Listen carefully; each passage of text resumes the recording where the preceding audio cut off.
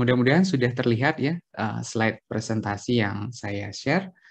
Eh, ini agak-agak berat tema yang diberikan oleh panitia, ya, pengelolaan sampah plastik di tengah tren belanja online. Pada saat ini kita tahu bersama rasanya di HP kita masing-masing, mungkin 100 orang yang hadir pada kesempatan hari ini, kalau boleh untuk ngecek masing-masing, mungkin minimal satu marketplace pasti terinstal di HP kita masing-masing.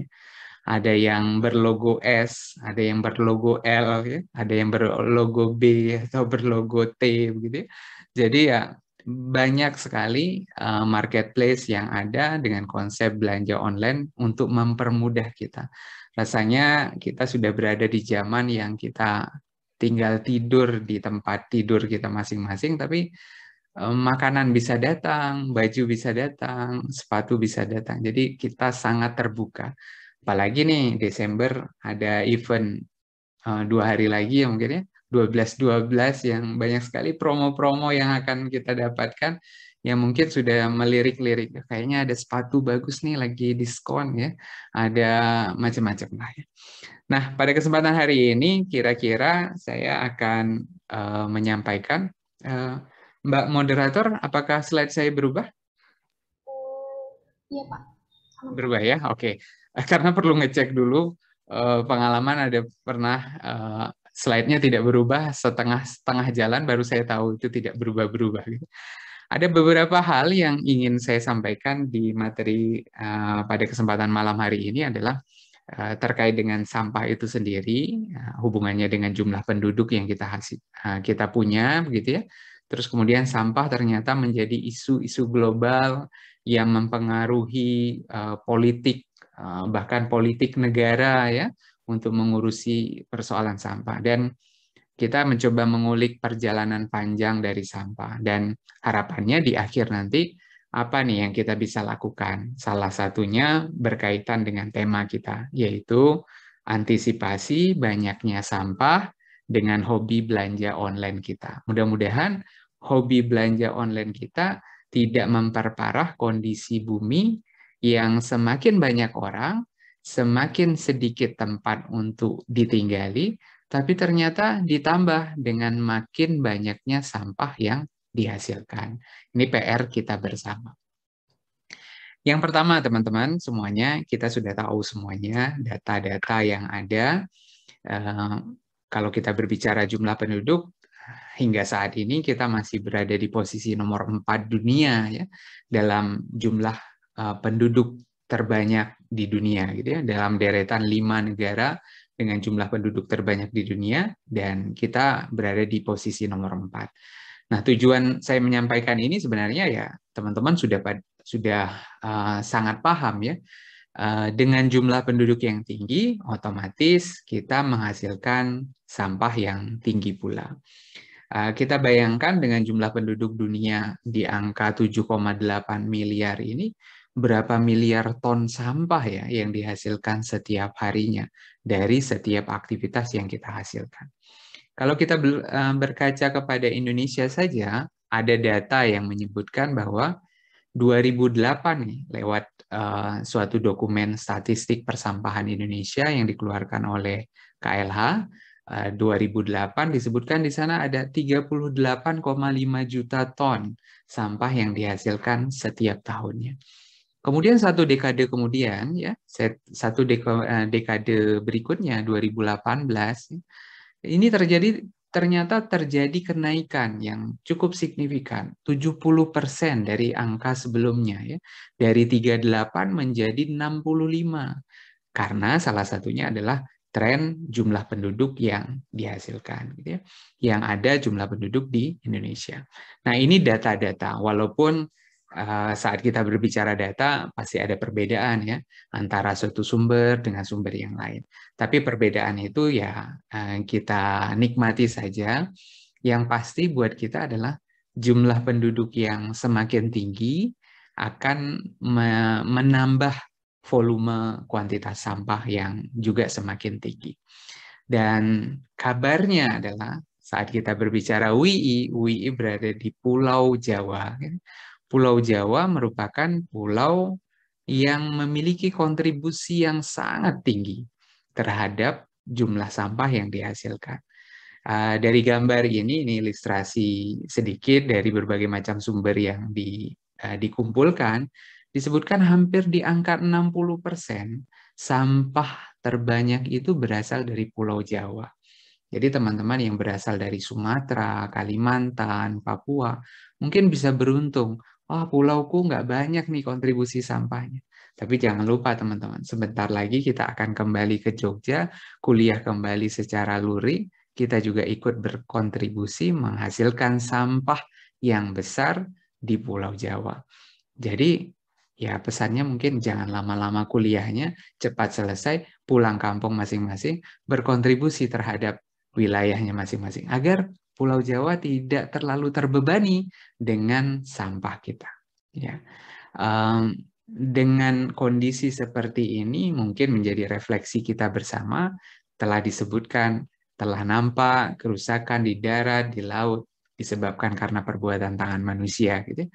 Jadi sudah diprediksi sekian waktu yang cukup lama disebabkan kita akan menjadi sebuah sumber masalah ya, untuk keberlanjutan bumi. Ya.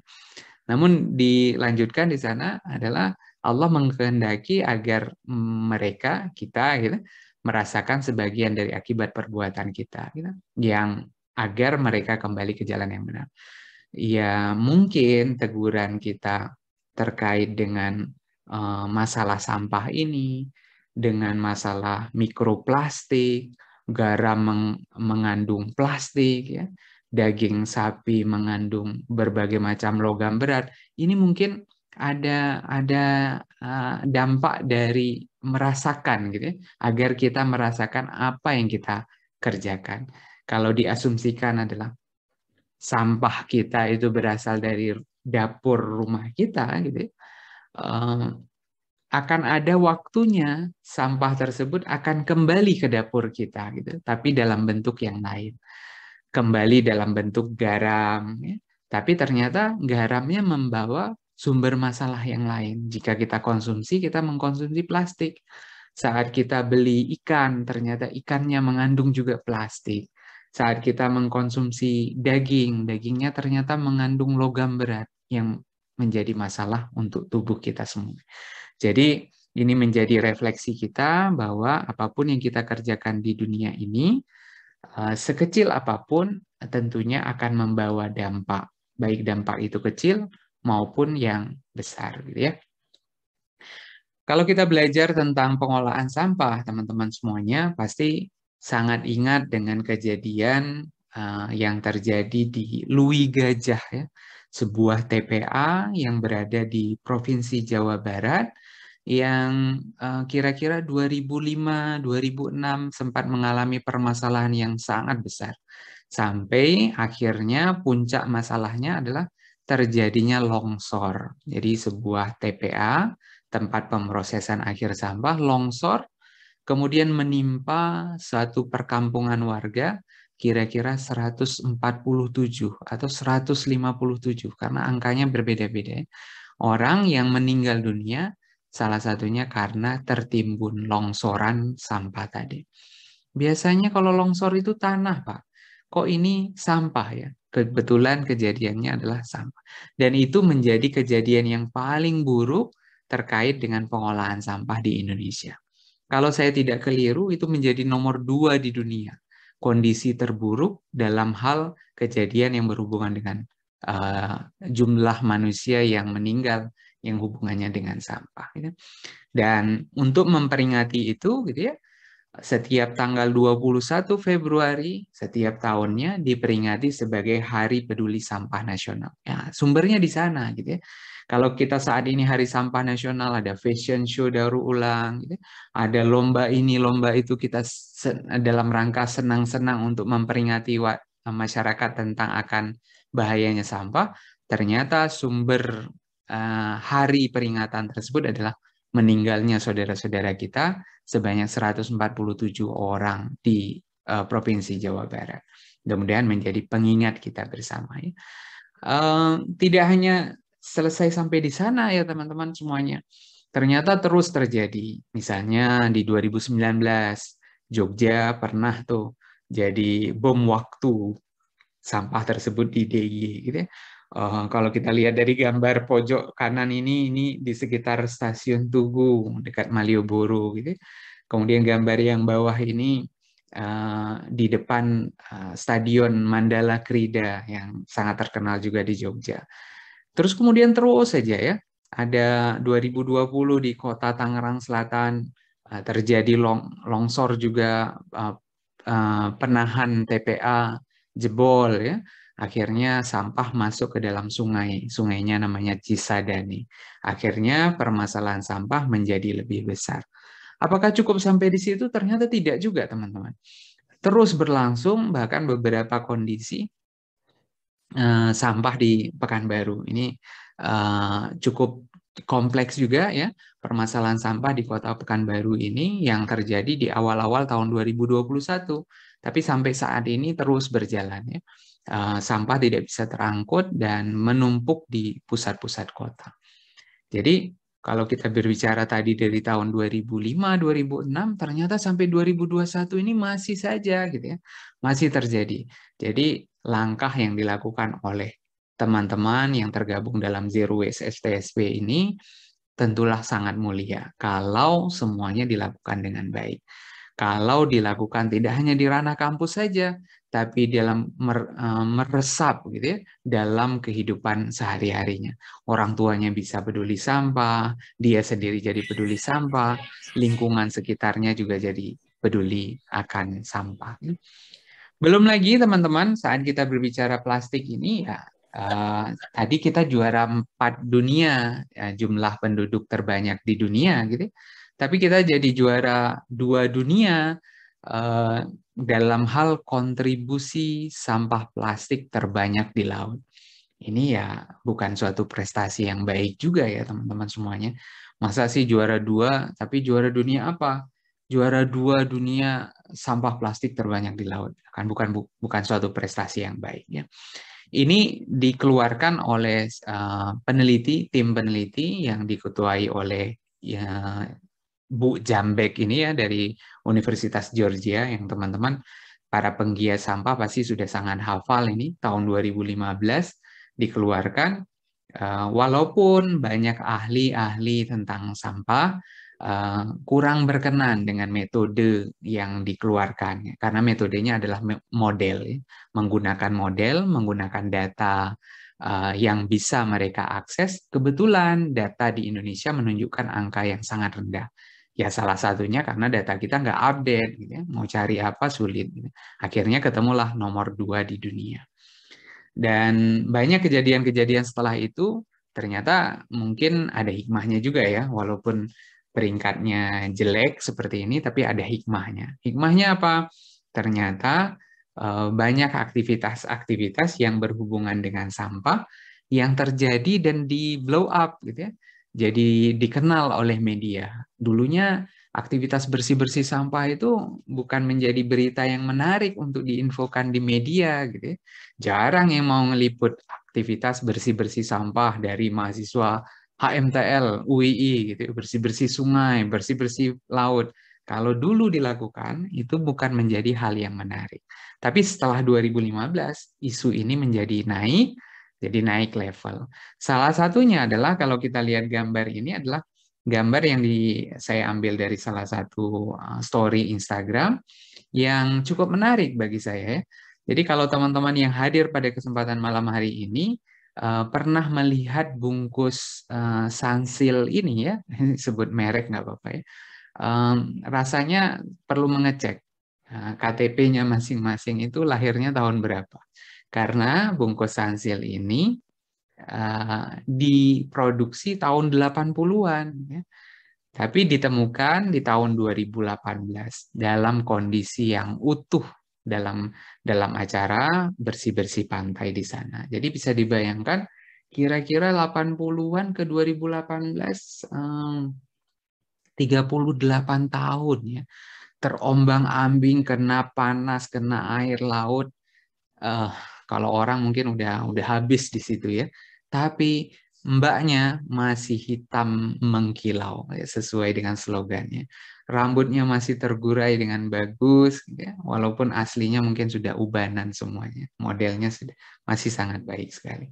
Kemudian 2019 terjadi lagi ada sebuah paus, ya, ada seekor paus yang terdampar di Wakatobi, ya, yang daerah yang sangat terkenal dengan potensi wisatanya. Ternyata setelah dibuka perutnya, isinya adalah tali rafia, botol plastik, gelas plastik, sendal jepit, ya, kantong plastik, plastik jenis yang lain. Nah, ini yang jadi pertanyaan bagi kita, apakah makhluk-makhluk laut sekarang ya pakainya sendal Ardiles, minumnya susu Indomil, kan tidak gitu ya. Jadi sumber masalah sampah kita ternyata ada di darat, dan makhluk laut menjadi salah satu dampak yang kita hasilkan dari sampah yang kita produksi setiap saat. Dan kondisi ini terus diperparah. Jadi kalau teman-teman mau nyari gambar-gambar terbaru tentang dampak plastik di laut, tinggal googling aja. Dapat berbagai macam gambar. Ada yang kemasan mie instan, ada topi dari salah satu SD di wilayah mana, ketemunya di mana. Ada plastik dari Indonesia, ketemunya di Thailand, macam-macam. Jadi ini menjadi sebuah isu global, ya, yang menjadi perhatian kita bersama, teman-teman. Nah, bagaimana tidak, gitu ya? Bagaimana tidak? Karena setiap kita, termasuk kita yang hadir pada kesempatan hari ini menghasilkan sampah, menghasilkan limbah. Ya. Tapi saya cek dulu apakah saya masih ditemani oleh teman-teman semuanya. Mungkin bisa ketik sesuatu di kolom chat gitu, semangat atau apa begitu. Saya khawatir saya sendiri malam ini, cuman berdua sama Mbak Aufi saja. Tapi kayaknya lebih banyak memang yang on cam, ya, dibandingkan pada saat kuliah yang harus diworo-woro bolak-balik. eh, Diancam masuk ke waiting room dulu baru hidupkan kamera. Tapi saya salut dengan teman-teman semuanya. Artinya walaupun layarnya sudah dibagi 4 atau dibagi 6 gitu dengan mengerjakan tugas-tugas yang lain, tapi tetap semangat mendengarkan materi pada kesempatan hari ini, ya. Alhamdulillah, ini masih berkenan untuk ngetik juga, ya. Alhamdulillah. Artinya saya bisa terus nih, ya. Nah, teman-teman semuanya, kita yang hadir pada kesempatan hari ini juga tidak luput dari aktivitas menghasilkan sampah. Kita duduk sekarang, kita mencatat, mungkin pura-pura nyatet, kemudian kertas catatannya berakhir di tempat sampah, kita sudah menghasilkan sampah. Atau bahkan dari tadi pagi aktivitas kita juga terus menghasilkan sampah. Tidak peduli laki-laki atau perempuan, tua maupun muda, bahkan baru lahir pun sudah menghasilkan sampah. Anak baru lahir beberapa jam kemudian sudah dipakaikan popok sekali pakai, dan setelah dipakai dia nangis, merasa tidak nyaman, ternyata pas dibuka udah penuh. Sudah menghasilkan sampah. Itu baru lahir, belum tahu apa-apa, bahkan belum ada nama, tapi sudah punya sampah, sudah punya tanggungan untuk bisa diselesaikan di proses yang sangat panjang. Bahkan itu baru lahir, bahkan ada yang sudah meninggal, juga tetap menghasilkan sampah. Loh, kok bisa, Pak? Udah meninggal tapi tetap menghasilkan sampah? Betul.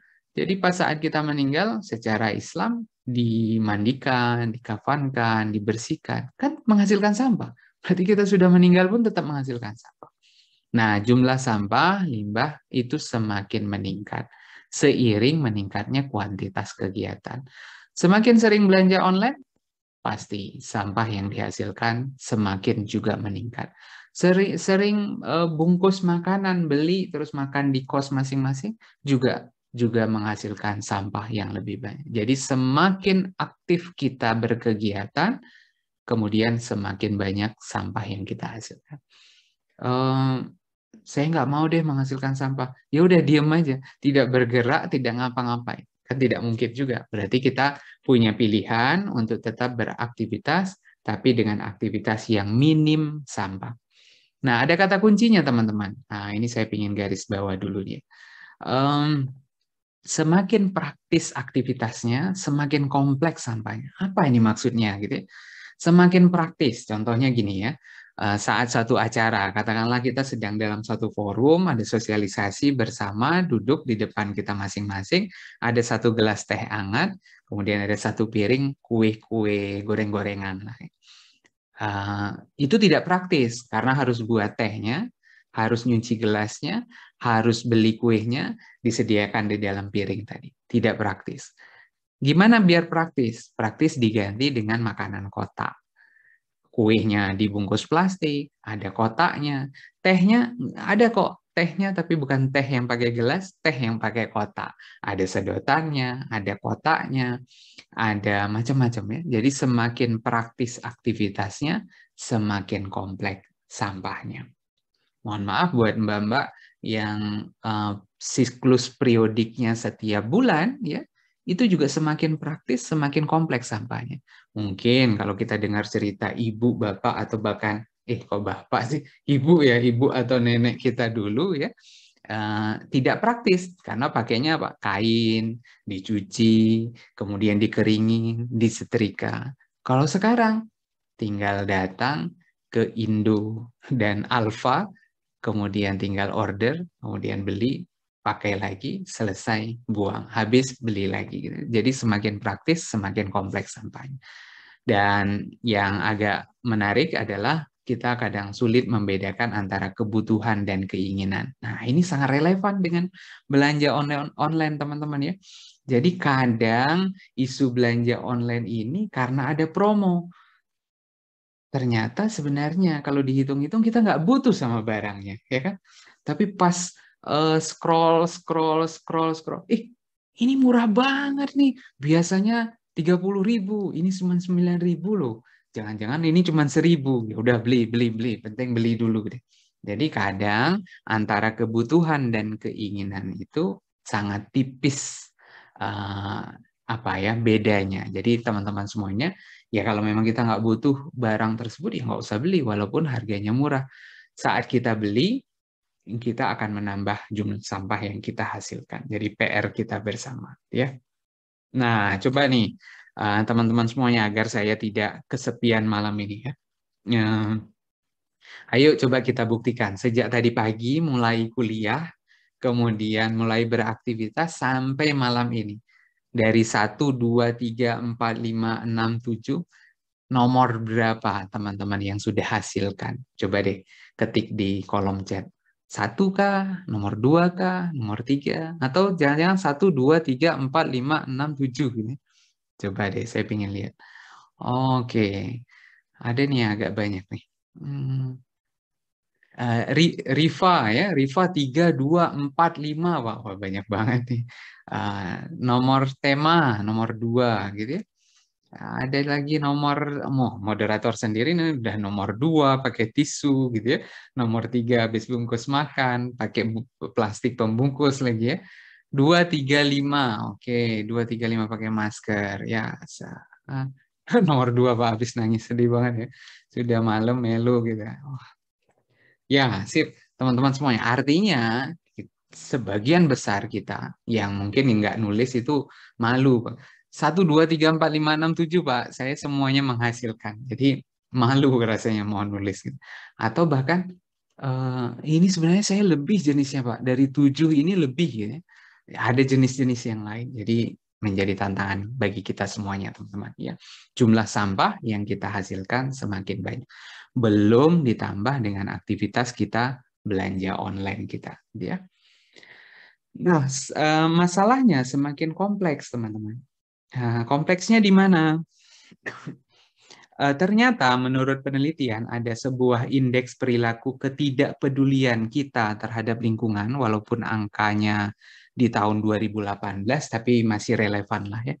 Angka pengelolaan sampah ini cukup, angkanya kebalik ya. Kalau di sini cukup tinggi, tapi sebenarnya kalau dibaca itu cukup rendah, karena menggunakan kata ketidakpedulian. Jadi semakin mendekati 1, kita semakin tidak peduli terhadap sampah yang kita hasilkan.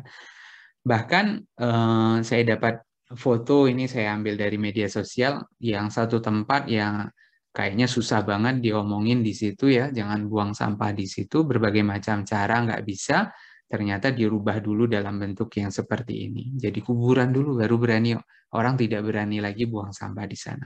Saking tidak pedulinya kita terhadap pengolahan sampah. Jadi PR kita bersama bagaimana menaikkan persentase masyarakat yang memilah sampah. Agen of change-nya adalah kita bersama. Zero Waste FTSP adalah tidak hanya berfokus pada peningkatan kapasitas pengetahuan masyarakat kampus, tapi masyarakat di luar kampus juga. Bagaimana menaikkan mereka bisa memilah sampah dengan baik. Saat kita terjun ke masyarakat, tentunya tidak hanya dibekali dengan materi saja, tidak dibekali dengan teori saja, tapi praktek yang kita sudah lakukan di rumah kita masing-masing. Sebaik-baiknya ilmu kan ilmunya yang dimanfaatkan. Berarti kita praktekin dulu. Susah nggak memilah sampah? Jangan suruh orang lain terus memilah sampah, tapi kita sendiri tidak pernah memilah sampah. Jadi apa yang kita omongin sesuai dengan yang kita kerjakan. Itu PR kita bersama. Gitu ya. Nah, problemnya di sini. Setelah berkeliling berbagai macam tempat, ada beberapa problem yang sebenarnya sangat sederhana, teman-teman. Allah bisa karena biasa. Gitu ya. Biasa buang sampah, biasa bakar sampah, biasa mengalirkan sampah. Gitu ya. Kemudian kadang kita tidak kenal maka tidak sayang. Makanya moderator tadi kenalin saya dulu, biar disayang oleh teman-teman. Mungkin kita tidak peduli dengan sampah karena kita tidak sayang, tidak kenal ya, tidak kenal dengan sampah tersebut. Dan yang paling parah di bagian akhir adalah sudah tahu, sudah gabung di Zero Waste FTSP, sudah sosialisasi kemana-mana, tapi tetap tidak memilah sampah di kosannya masing-masing. Tetap pakai tisu, walaupun materinya selalu bilang sama ibu-ibu, ibu-ibu kita kurangi pakai tisu, jangan belanja pakai kantong kresek, gitu ya. Kita sudah tahu, tapi tetap melakukan. Nah, istilah bahasa Inggrisnya itu ndablek, gitu ya. Nah, ini yang bagian yang sulit kita, perlu kita tantangan kita bersama ya. Ini yang senyum mungkin merasa gitu ya. Waduh, saya Pak ini malam ini. Nah, jika pengolahan selama ini sampah dibakar ya, sampah dibakar, sampah dibuang ke sungai, sampah berakhir ke laut, sehingga sering anekdotnya adalah laut kita ini kayak mall, mau cari apa aja ada. Cari kasur ada, cari sendal ada, botol air ada, bahkan kulkas pun ada di laut ya. Jadi tantangan kita berbagai macam. Ya.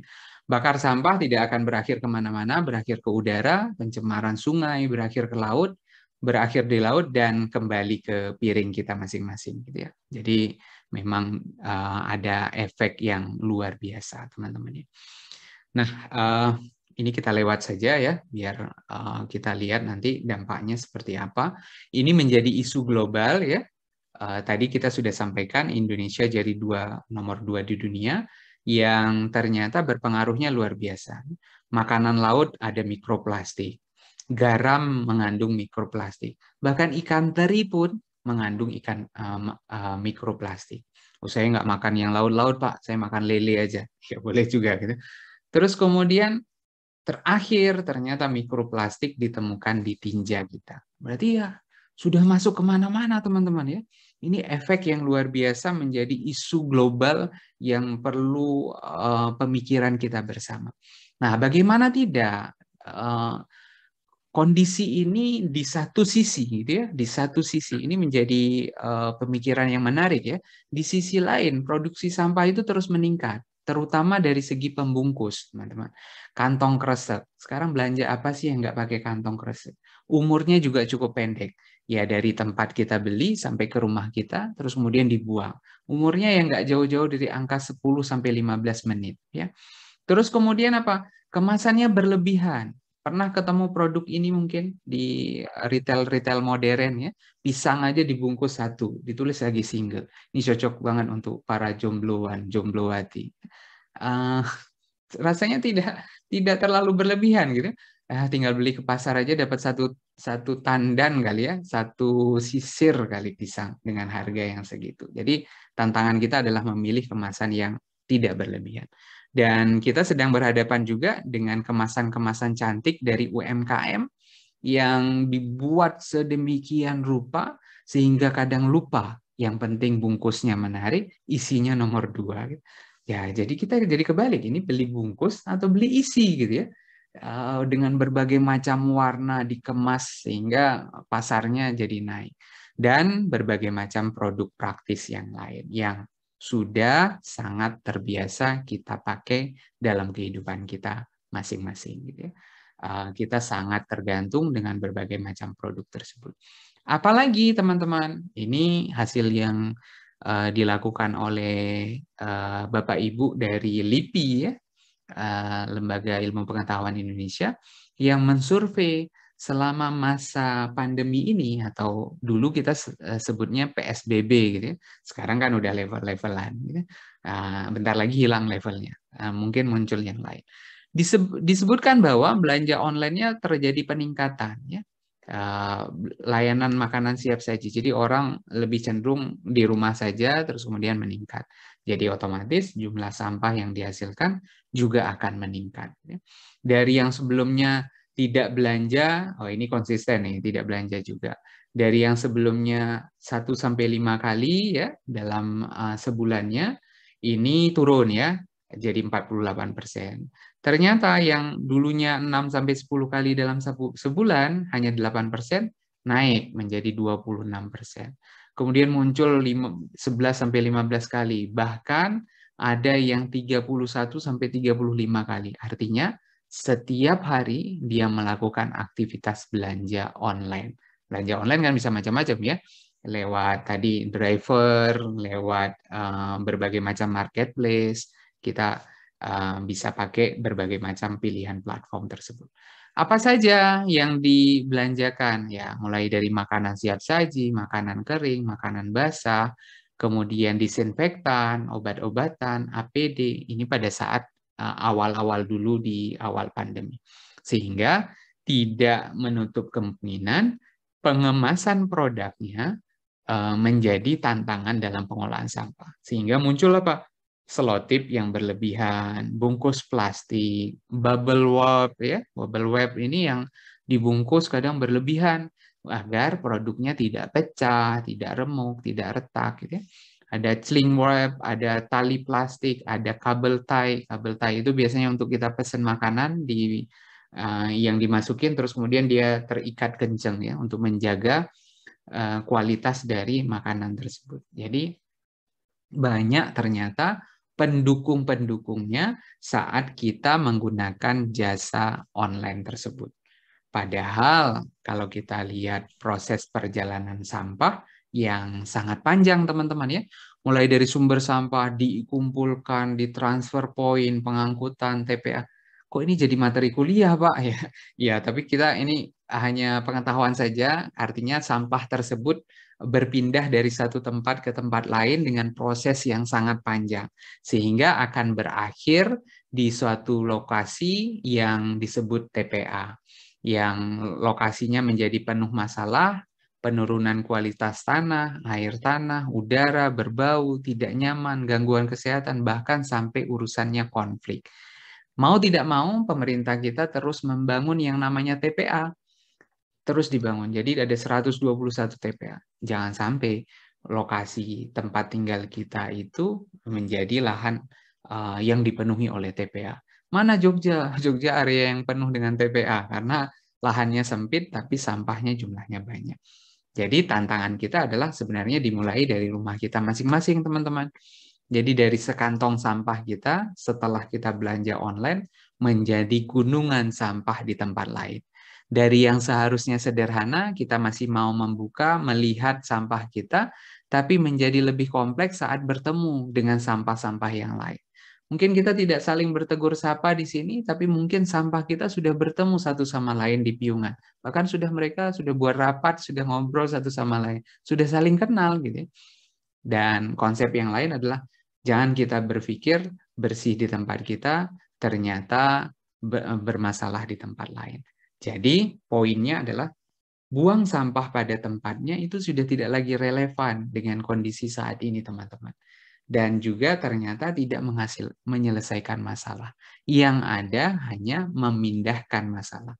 Karena jumlah sampah kita sangat banyak sekali. Sehingga berpotensi menghasilkan problem yang sangat-sangat besar. Ya. Ya, ini ada satu fatwa MUI yang menyatakan bahwa setiap muslim wajib menjaga kebersihan lingkungan, memanfaatkan barang yang ada sehingga menghindari sifat tabzir ya, menyia-nyiakan dan sifat israf ya dari tindakan yang berlebihan. Sampai MUI pun mengeluarkan fatwa ini. Jadi ya ini menjadi tantangan kita bagi seorang muslim untuk bisa menjaga lingkungan kita lebih baik. Nah, bagaimana caranya? Tentunya kita pakai prinsip. Kalau teman-teman sering, oh saat foto salam 3R gitu, reduce, reuse, recycle, atau salam zero waste. Mungkin salam zero waste nggak tahu saya kayak apa gitu. Nah, pengolahan sampah dimulai dari sebelum sampah itu dihasilkan, berupa kegiatan preventif. Kita udah bisa milih-milih nih, kalau mau pesan online boleh nggak ya? Saya request nggak pakai sendok, nggak pakai garpu, nggak pakai saus, nggak pakai macam-macam, nggak pakai pembungkus yang berlebihan. Karena kita mau makannya di rumah, ada sendok, ada garpu, ada saus yang mungkin sudah ada botolan. Jadi mengurangi sampah yang masuk ke rumah kita supaya tidak menjadi beban pengolahan. Saat sampah masuk ke dalam rumah kita berarti menjadi tanggung jawab kita bersama, teman-teman, untuk mengurangi sampah tersebut. Barulah setelah itu kita ngomongin, setelah sampah dihasilkan diapain. Oh, ada pengolahannya jenisnya ini. Baru kemudian setelah sampah diolah. Jadi panjang nih. Jadi buat kita bersama yang baru belajar, kita coba yuk nomor 1 untuk bisa mengurangi sampah sebelum dia terjadi. Caranya gimana? Kita mulai selektif sekarang. Memilih berbagai macam kebutuhan kita, tapi kita pilih nih, yang mana yang minim sampah. Kresek kita butuh nggak sih? Oh, masih ada tas, masih bisa masuk tas, berarti kresek nggak usah. Styrofoam nggak bisa diolah nih sama lingkungan, nggak bisa diolah oleh pabrik. Boleh nggak request? Pak, ini pakainya paper box saja, karena paper box lebih ramah lingkungan dibandingkan dengan styrofoam. Oh, harus nambah mas, 2.000. Nggak apa-apa lah, sebagai tanggung jawab kita untuk mengolah sampah. Sedotan, walah, minum aja masih bisa pakai gelas kok pakai sedotan. Biasa yang pakai sedotan itu kakek-kakek, nenek-nenek yang sudah pakai gigi palsu, agak susah kalau langsung teguk. Tapi pakai sedotan biar lebih mudah. Nah, teman-teman semua masih muda, masih cantik-cantik, masih ganteng-ganteng, nggak usah pakai sedotan. Jadi kita pakai alami saja langsung dari gelas. Nggak usah pakai tisu, ganti sapu tangan, biar hemat kertas. Nggak usah pakai air mineral, pakainya galon saja. Ya. Kemana-mana bawa galon. Berat, Pak. Bawanya tumbler. Yang kecil saja diisi dari galon ke tumbler yang dibawa. Nggak usah pakai popok. Ya pasti. Masa mas-mas, mbak-mbak yang di sini pakai popok kan? Enggak. Nanti kalau sudah punya anak, kemudian anaknya diajari tidak pakai popok sekali pakai. Atau pilihannya popok sekali pakai saat-saat kondisi yang ya tidak bisa dihindari, saat pergi dan seterusnya. Ya. Jadi kita bijak dulu terhadap pengolahan sampah kita. Nah, ini ada beberapa tips ya. Kalau yang teman-teman di sini mungkin ada penjual ya, pilihlah berbagai macam pengemasan yang minim sampah kepada pembeli. Boleh nggak kita nggak bungkus pakai ini, gitu ya? Atau pakai bungkus-bungkus pakai barang-barang bekas yang masih layak pakai, plastik bekas, kardus, kertas untuk memanfaatkan, menambah umur pakainya. Kalau ada barang yang mudah pecah, lapisi mungkin dengan berbagai macam kertas yang kita punya, di shredder kertasnya, ya nggak mesti harus pakai bubble wrap yang tidak ramah lingkungan. Menghindari lakban sampai penuh banget. Pernah nggak dapat paket yang isinya penuh lakban ya di lakban. Ini benar-benar rahasia sekali sampai di lakban luar biasa. Gitu. Nah, untuk ekspedisi juga sama ya, kita bisa request, nggak perlu harus pakai plastik double dan seterusnya. Buat kita yang pembeli, nah ini kita mungkin sebagian besar kita ada di sini, jika tidak harus kedap air, kita bisa minta ke penjual, nggak usah dibungkus berlebihan lah, pakai yang bekas-bekas saja gitu ya, agar bisa termanfaatkan barang-barang yang ada.